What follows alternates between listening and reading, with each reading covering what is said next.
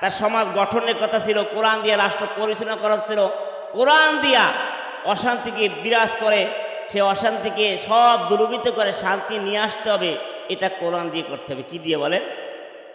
তাহলে অনেক আলেম ওলামাও আছে যারা কোরআন দিয়া কোরআনের হক কথাগুলো বলে না। তাহলে এবার বলুন, সে কি আসলে কোরআনের আইনকে মানল? কথা বুঝতে পারলাম না। তাহলে কোরআনের আইন দিয়ে যদি সঠিক কথাগুলো না বলা হয়, তাহলে প্রকৃতপক্ষে সে কোরআনের আইন ভালো করে পরিপূর্ণভাবে মানতে পারব। এবার আসুন, যদি এই কোরআন দিয়া একটা আয়াত রাষ্ট্রীয় পর্যায়ে হোক, সমাজে হোক, প্রতিষ্ঠিত করা হতো, কি সাধারণভাবে একজোড়া জুতাও মসজিদে রেখে নিরাপত্তা নাই। কথা বলেন? চাই সে ঝামেলার কারণে উল্টোপাল্টা করুক, অথবা আমার চেয়ে ভালো এই মনে করুক।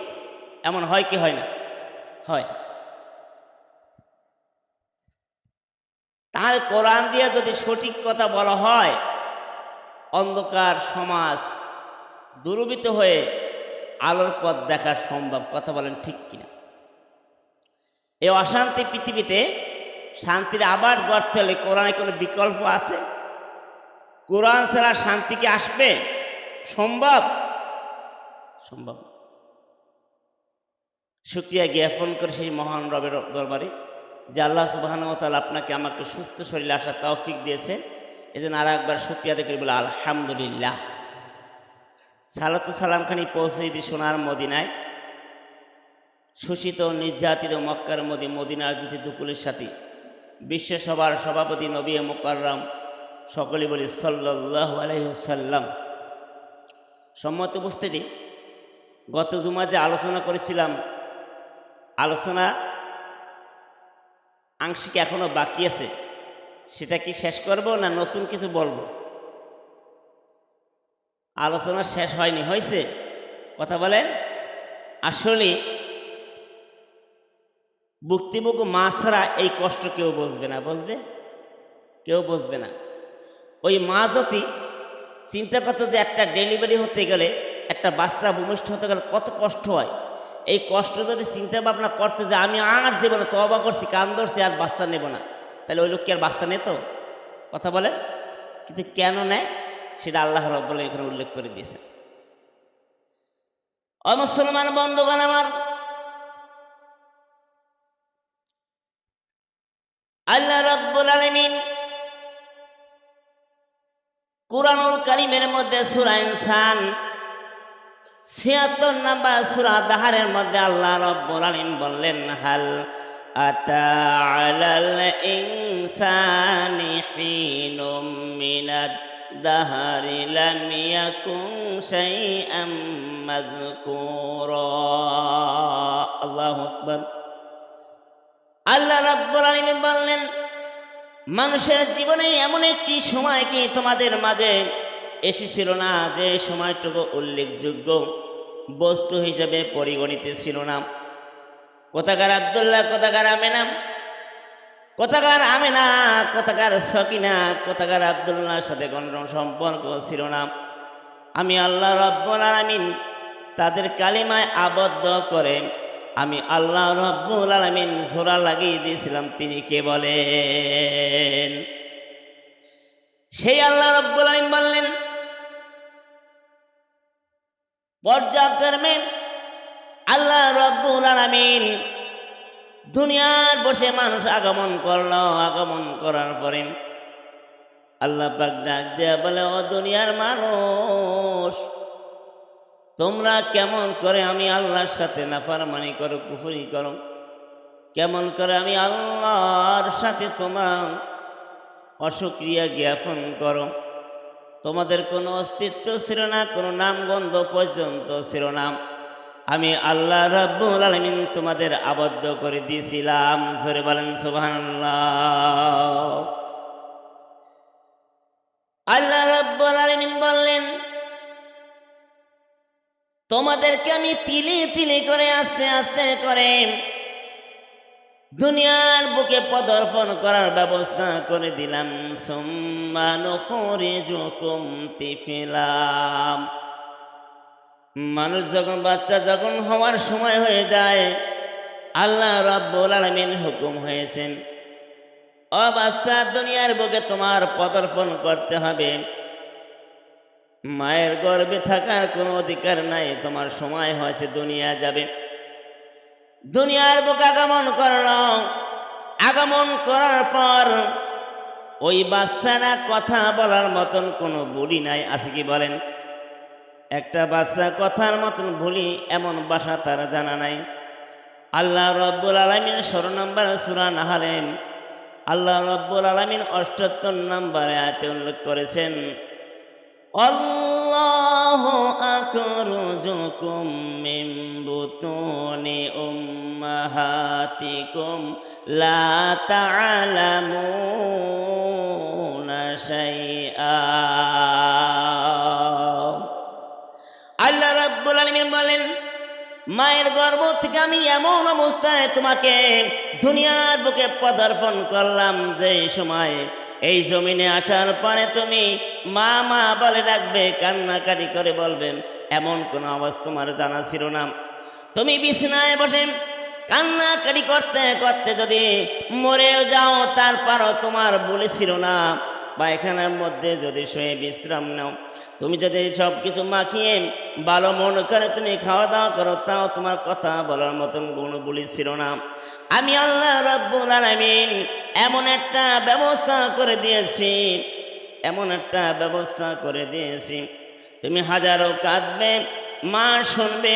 এমন করে আল্লাহ রাব্বুল আলামিন বললেন, দুনিয়া যত কাজ করো না কেন, সন্তান যখন মায়ের কাদার সন্তানের আওয়াজটা মায়ের কর্ণকুহরে পৌঁছে যাবে, আর পৌঁছানোর পরে যখন সে কোনোদিন সুস্থ থাকতে পারবে না, আওয়াজটা যখন তার কর্ণকুহরে পৌঁছাবে, আল্লাহ পাক রব্বুল আলামিন বললেন, ওই আল্লাহর গোলাম, আল্লাহর বান্দার সন্তানরা মায়ের পেটে যখন অবস্থান করেছিল, 1 নয় 2 নয় 4,500-এর ঊর্ধ্বে লাথি মেরেছিল। তার মধ্যে গুরুত্বপূর্ণ কয়েকটা লাথি আছে, যে লাথিগুলো, যে বাড়িগুলো, যে মারধরগুলো, যে ঘুষিগুলো মা সহ্য করতে পারত না। আল্লাহ রাব্বুল আলামিন বললেন, ও দুনিয়ার মানুষ, তোমরা জেনে নাও, মায়ের সাথে যে পেটের মধ্য থেকে যে আচরণ করেছিলে, যে মার তাকে দিয়েছিলে, যে আঘাত দিয়েছিলে, এই আঘাতের কারণে তুমি ভূমিষ্ঠ হওয়ার পরে যে আচরণ করে দুনিয়ার বুকে পদার্পণ করেছিলেন, এমন একটা আওয়াজ দিয়েছিলেন, এমন একটা লাথি মেরেছিলেন, যেই লাথিটা কলিজার মাঝ বরাবর ফাটা, এমনিভাবে ফাটা হয়েছিল। যখন সন্তান কাঁদবে, কাঁদার সাথে সাথে মায়ের কলিজার মধ্যে শিল বেঁধে যাবে, মায়ায় জড়িত হয়ে যাবে। এমন তো অবস্থা, মা চোখের পানি ধরে রাখতে পারবে না, হাজারো কাজ বন্ধ করে ওই সন্তানের আওয়াজের সাথে সাথে মার মন সন্তানের দিকে ছুটে যাবে। জোরে বলেন সুবহানাল্লাহ। সে আল্লাহ রাব্বুল আলামিন বললেন, উম্মাহাতিকুম লা তা'লামুনা শাইআ। আমি আল্লাহ রাব্বুল আলামিন মায়ের অন্তরের মধ্যে এমন ভালোবাসা তৈরি করে দিয়েছি, যেই কথা বলার তোমার যোগ্যতা নাই। তুমি যদি ওখানে কেঁদে কেঁদে মরেও যেতাম, তোমাকে ঠেকাবার কোনো লোক ছিল না। আমি আল্লাহ রাব্বুল আলামিন ফেরেশতা নিযুক্ত করে দিয়েছি, এই ফেরেশতার মাধ্যম দিয়ে তোমাকে দেখার বর্ণনা শোনার জন্যে, রক্ষণাবেক্ষণ করার জন্যে, দেখাশোনার জন্যে আমি আল্লাহ রাব্বুল আলামিন ফেরেশতা নিযুক্ত করে দিয়েছি। আর আমি আল্লাহ রাব্বুল আলামিন তিল তিল করে আস্তে আস্তে করে তোমাকে বড় করেছি। শুধু তাই নয়, মায়ের মায়া মোহাব্বতে এত তোমার আবদ্ধ বন্ধন করে দিয়েছি। এই মায়াটা যদি দুনিয়ার স্বাভাবিক মায়া হয়, আমি আল্লাহ 100 ভাগের 99 ভাগ মায়া মোহাব্বত আমি আল্লাহর কাছে রেখে দিয়েছি, আর 1 ভাগ মোহাব্বত দুনিয়ার সৃষ্টি যুগকে বন্টন করে দিয়েছি। এই 1 ভাগ মোহাব্বতকে আমার 90 ভাগে বিভক্ত করে 99 ভাগ মা বাবা সন্তানের মধ্যে আমি বন্টন করে দিয়েছি, আর 1 ভাগ কীট পতঙ্গ পশু পাখির মধ্যে আমি আল্লাহ বন্টন করে দিয়েছি। তোমার মা যদি একটা আওয়াজের কারণে দুনিয়ার সমস্ত কাজকর্ম বাতিল করে তোমাকে কোলে নিতে পারে, তোমাকে যত্ন ভালোবাসা দিয়ে মুগ্ধ করতে পারে, ও কপাল পার মুসলমান, আল্লাহ রব্বুল আলামিনের কাছে 1 নয় 2 নয় 99 ভাগ মোহাব্বত। সেই মোহাব্বত নিয়ে একবার যদি আল্লাহর দিকে চোখের পানি ফেলিয়ে কাঁদতে পারেন, রব্বুল আলামিন দুনিয়ার বুকে কত গুনাহ করেছি, কত নাফরমানি করেছি, তার কোনো সীমা রেখা নাই। হাতের গুনাহ, পায়ের গুনাহ, চোখের গুনাহ, অঙ্গ প্রত্যঙ্গের গুনাহ, আত্মীয় স্বজনের সাথে আমি কত নাফরমানি করেছি, মা বাবার হক নষ্ট করেছি। গো আল্লাহ, লা তাকনাতু মির রাহমাতিল্লাহ, তোমার রহমতের দরজা খুলে রেখে দিয়েছ এই সমস্ত বান্দা বান্দির জন্য। গো রব, তুমি যদি একবার আমাকে অনুমতি দাও, আমি আল্লাহ তোমার কাছে তওবা করে ফিরে আসবো। গো রব, একটু সুযোগ করে দাও। আল্লাহ রব্বুল আলামিন ডাক দেয়া বলে, ও দুনিয়ার মানুষ, তোমরা যদি তওবা করে, খাস তওবা করে আমি আল্লাহর দিকে ফিরে আসতে পারো, আমি আল্লাহ রব্বুল আলামিন তোমার তামাম জীবন জিন্দেগীর গুনাহ আমি আল্লাহ মাফ করে দিব।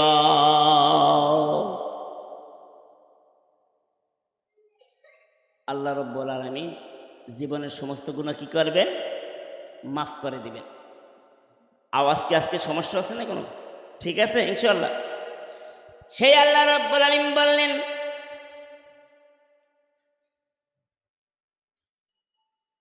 তোমার মার সাথে কেমন করে নাফরমানি করবে? তোমার মা বাবার সাথে নাফরমানি করতে পারবে না, কারণ আল্লাহ রব্বুল আলামিন এত সুন্দর করে সিস্টেম করে তোমাকে দুনিয়ার বুকে প্রেরণ করলেন। আল্লাহ রব্বুল আলামিন বলেন, উবুদু, দাসত্ব কর রব্বাকুমুল্লাযী খলাকাকুম, যিনি আপনাকে আমাকে সৃষ্টি করেছেন তিনি হলেন কে? বলেন, এটা কথা বলেন, তিনি কে? আল্লাহ। আল্লাহর দাসত্ব কেন করবেন না? আল্লাহর গোলামি কেন করবেন না? সে আল্লাহ রব্বুল আলামিন বললেন, এই জন্যে গোলামি করবে, এই জন্য আমার দাসত্ব করবে। তোমার কপালের নিচে আমি একটা চোখ দিয়েছিলাম, এই চোখ দিয়ে তুমি ভালো মন্দ নির্ণয় করবে, ভালো মন্দ তুমি যাচাই বাছাই করবে, কোনটা ভালো আর কোনটা মন্দ।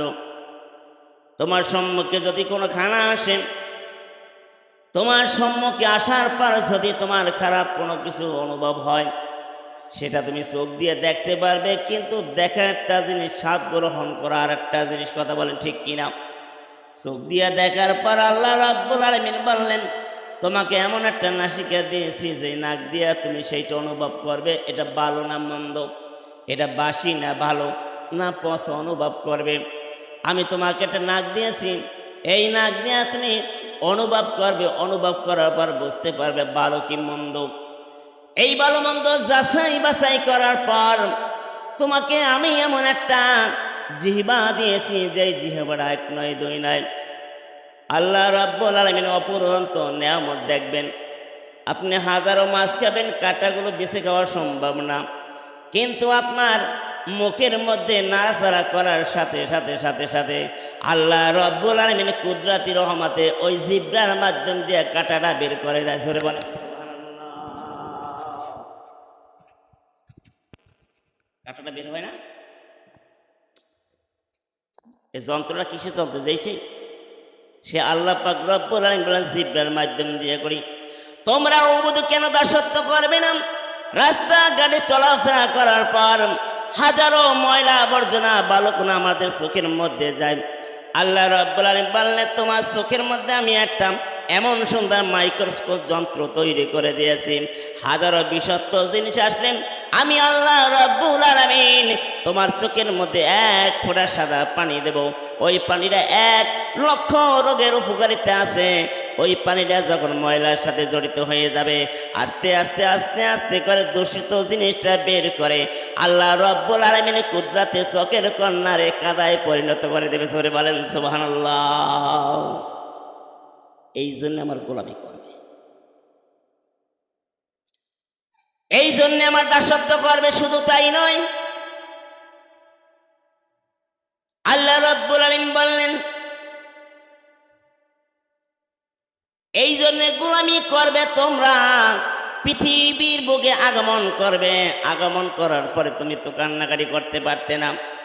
আমি আল্লাহ রাব্বুল আলামিন মোহাব্বত তৈরি করে দিয়েছি, মোহাব্বতের মাধ্যম দিয়ে আল্লাহ রাব্বুল আলামিন তোমাদের খানা পিনার ব্যবস্থা করলেন। দেখেন একটা মানুষের বাচ্চার অন্য অন্য জীব জানোয়ারের বাচ্চা এক নয় এক, কি বলেন, ওরা পড়ার সাথে সাথে গরু হাঁটা শুরু করে দেয়, দেয় কি দেয় না? হাঁটা শুরু করে দেয়, কিন্তু শিখানো দরকার হয় না। কিন্তু আল্লাহ রাব্বুল আলামিন বললেন কুনতুম খায়রা উম্মাতি উখরিজাত লিন-নাস, আমি যত জীব সৃষ্টি করেছি তার মধ্যে আদর যত্ন ভালোবাসা দিয়ে আমি তোমাকে সৃষ্টি করেছি। এই জন্য সৃষ্টি করলাম। জমিনের মধ্যে আসার পর একমাত্র শুধুমাত্র কেবলমাত্র আল্লাহ রাব্বুল আলামিন পায়ে কদম মোবারকে সিজদা করবে, অন্য কারোর কাছে, নেতার কাছে সিজদা করবে না। বিপদ আপদ মুসিবতে যখন পড়বে, যায় না আমাদের মুসল্লা বেশি, আল্লাহ নবী সাল্লাল্লাহু আলাইহি ওয়াসাল্লাম ফাতেমাকে বলল, ওগো ফাতেমা, যখন তুমি কোনো বিপদে মুসিবতে পড়বে 2 রাকাত নফল নামাজ পড়বে, যায় নামাজ মিশিয়ে আল্লাহ রাব্বুল আলামিনের কাছে প্রার্থনা করবে, যা চাওয়ার আল্লাহর কাছে চাবেন, আল্লাহ রাব্বুল আলামিন তোমার পূরণ করে দেবে। কিন্তু কোনো নেতার কাছে, কোনো মোড়লের কাছে, কোনো মাতুব্বারের কাছে বিপদ আপদ মুসিবত পড়লে চাইবে না, কারণ তুমি যদি ইবাদত আল্লাহর করে থাকো, ওই আল্লাহ রাব্বুল আলামিন সব সমাধান দিয়ে দেবে। জোরে বলেন সুবহানাল্লাহ। ইমানদার মোমেন কোনোদিন নেতার কাছে মাথা নত করতে পারে না, কথা বলেন ঠিক কিনা? কিন্তু আমরা অনেক সময় দণ্ডাদরি তাদের কাছে যে সে কিছু করবে, তার কোনো ক্ষমতা নাই যতক্ষণ পর্যন্ত আল্লাহর পক্ষ থেকে তার কাছে বাজেট না করবে।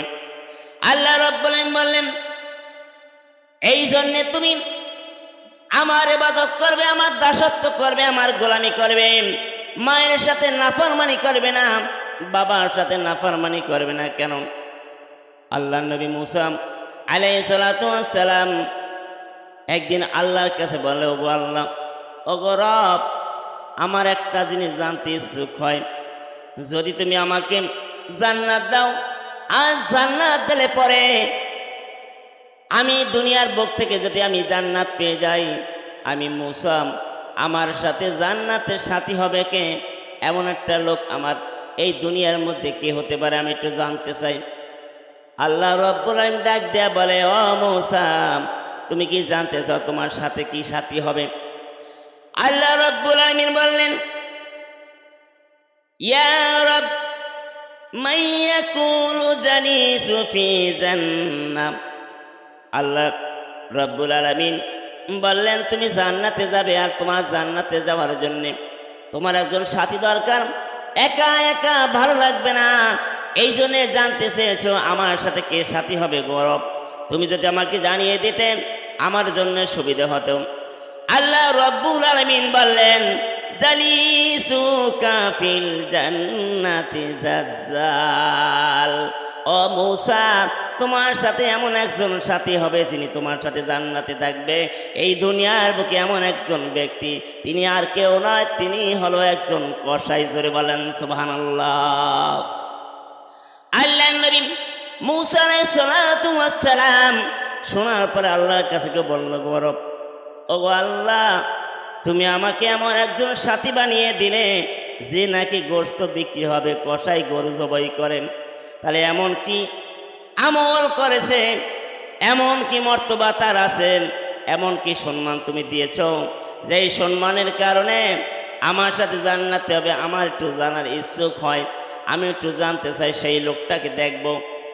আল্লাহ নবী মুসা আলাইহিস সালাতু ওয়াস সালাম বললেন, ইন্নাল জান্নাতা হারাবুন আম্বিয়া হাত্তা ইয়াদখুলুল খাতামুল আম্বিয়া। আমি জানতাম আমি মুসার সাথে এমন একজন লোক জান্নাতি হবে, হতে পারে সে একজন আলেম হবে, হতে পারে সে একজন মুফতি মুহাদ্দিস হবে, হতে পারে এমন একজন পাওয়ারফুল নবী যেনার সুপারিশ ছাড়া কোনো জান্নাতে যাবে না কোনো লোক নবী।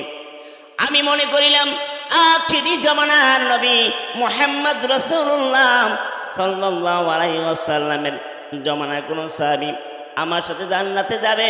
না না না, তুমি তাও বললে না। তুমি বললে একজন কসাই তোমার সাথে জান্নাতের সাথী হবে। এবার বলল আমি একটু জানতে চাই। আল্লাহ রাব্বুল আলামিন বললেন, ও মূসা, অমুক বাজারে গিয়ে দেখো, দেখবা একটা লোক গোশত বিক্রি করে, আর ওই বিক্রিকারিতে হবে তোমার সাথী। এমন তো অবস্থায় স্বাভাবিকভাবে একটা পোশাক পরিধান করে চলে গেলেন।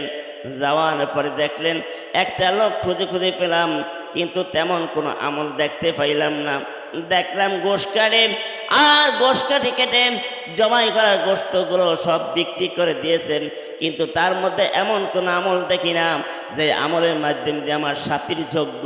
কিন্তু বিষয় হলো এক পর্যায়ে যখন তার বেচা কিনা শেষ হয়ে গেল, তবে আমি লক্ষ্য করে দেখলাম ওই গোশতগুলো বিক্রি করতেছে, আর কিছুক্ষণ যাওয়ার পর এক এক টুকরা করে এক একটা পাত্রে রাখতেছে। বেচা কিনা শেষ হওয়ার পরে যখন থলিয়ার মধ্যে পরে যখন বাড়ির দিকে রওনা হলো, চিন্তা করলো আমি তার আমলের কোনো বিষয় বস্তু বুঝতে পারলাম না, ধরতে পারলাম না, কেমন করে আমি সমাধানে যাব। এমন তো অবস্থায় এবারে তাহলে একটা কাজ করা যাক, আমি তার পিছনে পিছনে যাই। কিছু কিছু দূরে গিয়ে হঠাৎ করে বললেন, আহলান সালান ইয়া আবদি, হে আল্লাহর গোলাম, আমি একটু আপনার বাড়ি মেহমান হতে চাই, আপনি কি নেবেন? এমন তো অবস্থায় শুকরিয়া করলেন মহান রবের কাছে, আয় আল্লাহ তাআলা, তুমি আমার সাথে এমন একজন লোক আজকের মেহমানদারির জন্য ব্যবস্থা করে দিয়েছ, তোমার শুকরিয়া জ্ঞাপন করলেন। কিন্তু আমাদের সমাজের মধ্যে এমন আছে, যদি মেহমান আপন হোক অথবা দূরবর্তী কোনো মেহমান আমাদের বাসায় আসে, আর এই মেহমানদের সাথে যদি কিছু থাকে আদর যত্ন ভালো হয়, আর যদি কিছু না থাকে খালি হাতে আসলে তার যত্ন নাই। কথা বলেন, কোনো যত্ন নাই। কারণ কোরআন সুন্নাহ যদি মানেন এবং জানেন তাহলে এটা বাস্তব। আপনার গ্রামে যদি কোনো মসজিদ মাদ্রাসা হয়, যদি বলে একটা মাদ্রাসা দেব, হাফেজে কোরআনের মাদ্রাসা, এলাকা যদিও গরিব, তারপর আপনাদের কাছে আমি আগ্রহ প্রকাশ করি। কি বলেন? প্রকাশটা হলো এই যে আমাদের যে কয়জন ছাত্র হবে সেই ছাত্রগুলো লজির নিতে হবে। কি নিতে হবে? লজির নিতে হবে। লজির নেওয়ার বয়তে অনেক সময় মাদ্রাসা প্রতিষ্ঠান থাকে না, এমনকি হুজুর পর্যন্ত খেতে দেয় না, খাওয়ার বয়তে মসজিদ মাদ্রাসাও চালায় না, আছে না নাই? কথা বলেন। কিন্তু দেখবেন বড়লোক ডোনাররা কোনো খেয়াল করে না, রোজানের রোজ খায়, যারা ব্যাংক চালায়, এই সমস্ত মানুষগুলো বললেন কেউ যদি না দেয় আমি যা খাবো, আমার রিজিকে যা আছে তার থেকে আমি এই মোয়াল্লামে হোক অথবা এই তালবে এলেমকে হোক আমি তার খাদ্যের ব্যবস্থা করবো, আছে না নাই? কিন্তু বড় লোক যায় না, কারণ বড় লোকের খাবার জ্বালা আছে। আল্লাহ নবী সাল্লাল্লাহু আলাইহি সাল্লাম বললেন, তোমার বাড়ি যদি কোনো মেহমান হয়, তোমার বাড়ি যদি খানার ব্যবস্থা করো, তুমি মনে করবে আমার খাদ্যগুলো নিয়ে গেছে, না না না, তোমার খাদ্যগুলো নেয় নাই, বরং ওই যে লোকটাকে তুমি দাওয়াত দিবেন, দাওয়াত দেওয়ার পর খাওয়া দাওয়া করার পর বিদায় হয়ে যাবেন। হাদিস শরীফের মধ্যে আসছেন ওই ব্যক্তি খাওয়ার কারণে তোমার গুনাহগুলো সাথে করে নিয়ে গেল। জোরে বলেন সুবহানাল্লাহ। তার রিজিকের মালিক ওমা মিন দাব্বাতি আলাল্লাহি রিজকুহা, অতল তলে তলিয়ে থাকা তিমি মাছের খাদ্যের যদি ব্যবস্থা করতে পারে, আল্লাহ রাব্বুল আলামিন বললেন ওয়ালাকাদ কাররামনা বানি আদম, আমি আদম সন্তানকে সৃষ্টি করেছি, তৈরি করেছি খুব ভালোবাসা দিয়ে। এই রিজিকের মালিক আমি আল্লাহ, কোনো মানুষের হাতে আমি দেই নাই। যদিও তোমার ঘরে খানা থাকে, যদিও তোমার ঘরে তার রিজিক থাকে, এই রিজিকটা সে খেয়ে গেছে, তোমার ডাকায় নাই, তার খেয়ে গেছে।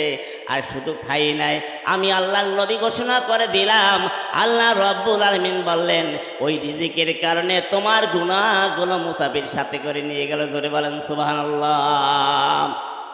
কাউরে কেউ খেয়ে দিতে পারে না, খাওয়াইতে পারে না, রিজিকের মালিক কি বলেন? কথা বলেন। আল্লাহ দিয়াদন বোঝে মন কেড়ে নিতে কতক্ষণ, নদীর পার ভাঙলেন ও পার করে এই তো নদীর খেলাম, সকাল বেলার দনিরে তুই গরিব সন্ধ্যা বেলা।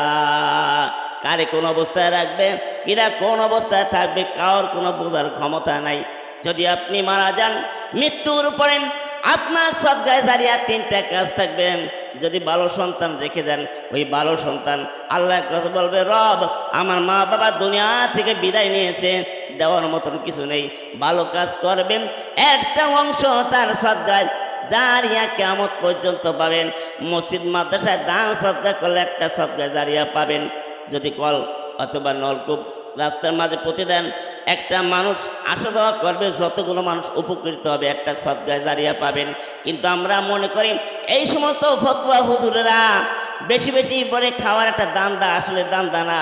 যদি কোরআন মানেন, কোরআন সুন্নাহ অনুযায়ী যদি আপনারা আমল বাস্তবায়ন করতে পারবেন, আপনাদের জীবনটা হবে ধন্য। আর যদি আপনি না মানেন, সেটা করার কিছু নাই। কারণ এই জন্যে দিয়াদন বোঝেমন কেড়ে নিতে কতক্ষণ। এই সম্পদ যে আল্লাহ দেন, সম্পদ কেড়ে নিতে সময় লাগে না। আল্লাহ পাক রব্বুল আলামিন বললেন, এই চেয়ার বসার ক্ষমতা আমি দিয়েছি, এই কথা বলার যোগ্যতা আমি দিয়েছি। ও আল্লামাহুল বায়ান, কথা বলার যোগ্যতা দিয়েছে কে বলেন?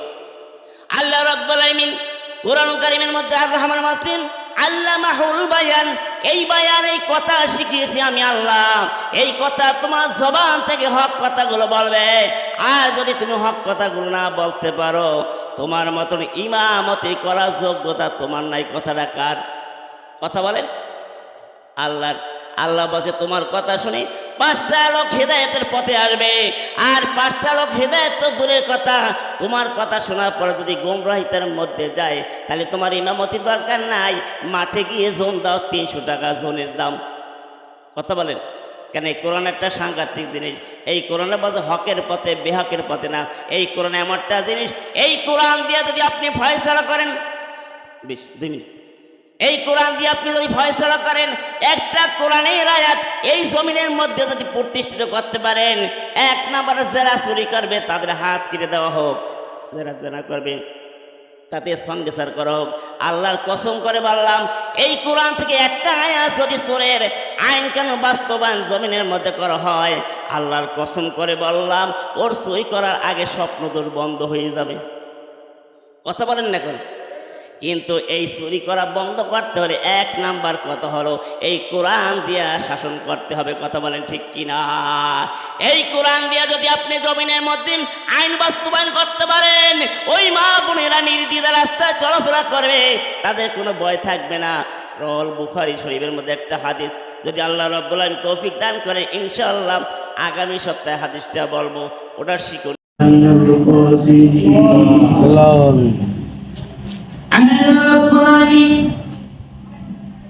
পবিত্র জুমার দিন, জুমার নামাজ পড়ে আল্লাহ তোমার কদিনা গুনাহগার বান্দাদেরকে দুইটি হাত উত্তোলন করছি গো মালিক, মেহেরবানি করে আল্লাহ তুমি আমাদের জুমার নামাজ কেন কবুল মঞ্জুর করে নাও। ও মালিক, আমাদের মাঝখান থেকে আল্লাহ অনেক মা বাবা দুনিয়া থেকে বিদায় নিয়েছেন, আমাদের আপনজনদেরকে হারিয়েছে আল্লাহ। মা মা বলে, বাবা বলে ডাক দেওয়ার কোনো ভাষা নেই, জানি না কোন হালাতে আছে গো আল্লাহ। মেহেরবানি করে আল্লাহ তুমি তার জীবনের গুনাহ মাফ করে আল্লাহ কবরকে রিয়াজুল জান্নাতে পরিণত করে দাও। কত গুনাহ করছি গো আল্লাহ, হাতের গুনাহ, পায়ের গুনাহ, চোখের গুনাহ, অন্তরের গুনাহ, যে গুনার কোন সীমা নাই, পাহাড় পরিমাণ গুনাহ নিয়ে তোমার কাছে যদি হাত উত্তোলন করেছি, এর মধ্যে যার হাত কানা তোমার কাছে পছন্দনীয় হয়, ওই হাতের উসিলা করে আমাদের সকলের জীবনের গুনাহ তুমি মাফ করে দাও। কত গুনাহ করছি মাবুদ মোরা জীবনে, কত গুনাহ করছি গো মাবুদ মোরা জীবনে, মাফ করে দাও, মাফ করে দাও নিজ গুণে। তুমি যদি মাফ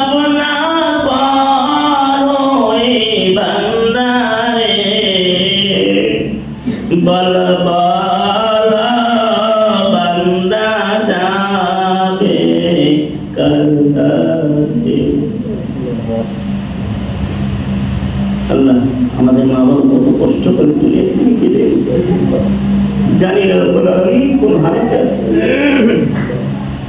মাতৃকুল পিতৃকুল শ্বশুরকুল শাশুড়িকুল আত্মীয় স্বজন এগানা বেগানা দুনিয়া থেকে বিদায় নিয়ে পাঁচ বাগানের কল্যাণে শুনে আছে আল্লাহ। বাতি নাই, সাথী নাই, বন্ধু নাই, বান্ধব নাই আল্লাহ। ওখানে মাটি গেছে, মন মাটি গেছে